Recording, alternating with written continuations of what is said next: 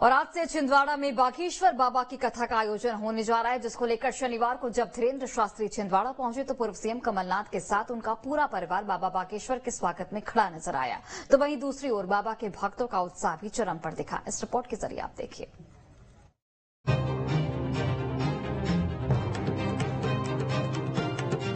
सियासत में धर्म का तड़का, यह धर्म की सियासत न तो भारतीय राजनीति के लिए नई बात है, न ही भारत कभी इससे अछूता रहा है।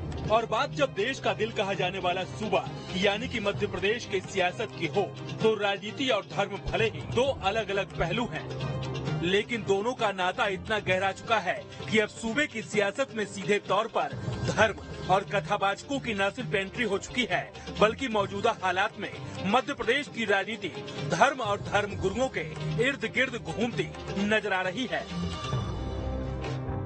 भारत कोई आर्थिक शक्ति नहीं है, भारत कोई मिलिट्री शक्ति नहीं है, पर सबसे बड़ी शक्ति भारत की आध्यात्मिक शक्ति है।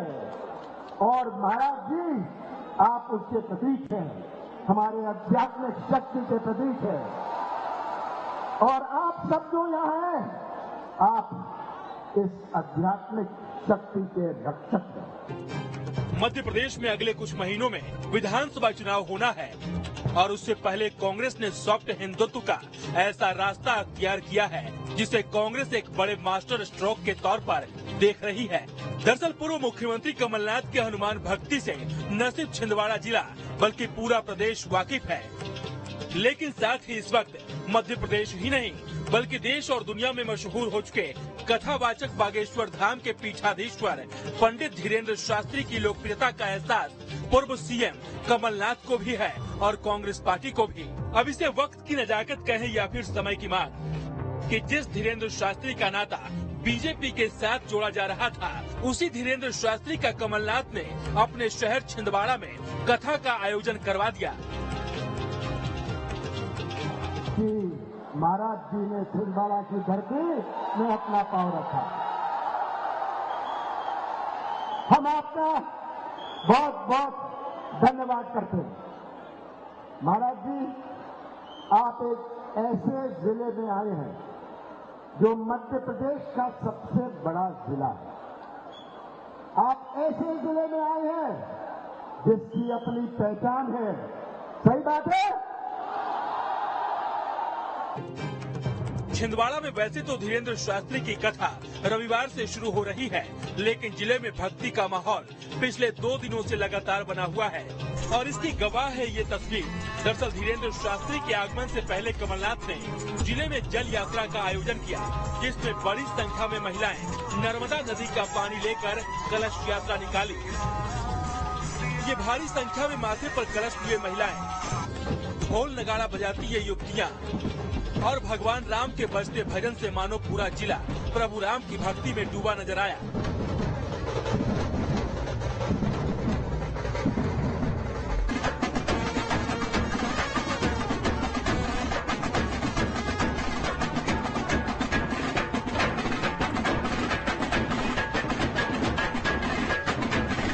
कलश यात्रा के बीच शनिवार को धीरेन्द्र शास्त्री ने जब छिंदवाड़ा की धरती पर कदम रखा तो हाथों में माला लिए छिंदवाड़ा से सांसद और कमलनाथ के बेटे नकुलनाथ हेलीपैड पर ही धीरेन्द्र शास्त्री का स्वागत करने पहुंचे।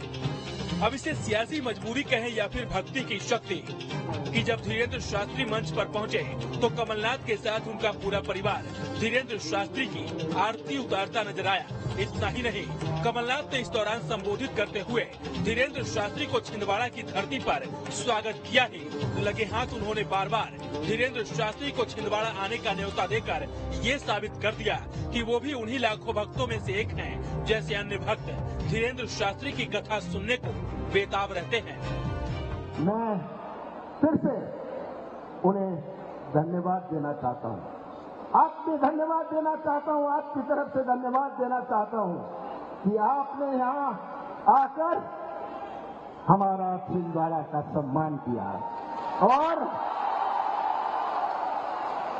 ये भी आश्वासन देके जाइएगा कि आप यहाँ आते रहेंगे। ये मेरी आपसे प्रार्थना है। दरअसल इस वक्त मध्य प्रदेश चुनावी मुहाने पर खड़ी है। कांग्रेस का मध्य प्रदेश में धर्म को लेकर हमेशा से अलग नजरिया रहा है। यहाँ कांग्रेस धर्म कर्म की बात भी करती है और सूबे की सियासत पर बाबाओं का कितना बोलबाला है, इस ताकत का एहसास भी कांग्रेस को बखूबी है। यही वजह है कि बागेश्वर बाबा के आगमन को लेकर खुद नकुलनाथ ने एक वीडियो जारी किया और धीरेन्द्र शास्त्री के छिंदवाड़ा की धरती पर स्वागत करते हुए बड़ी संख्या में बाबा के भक्तों से पहुंचने की अपील कर दी।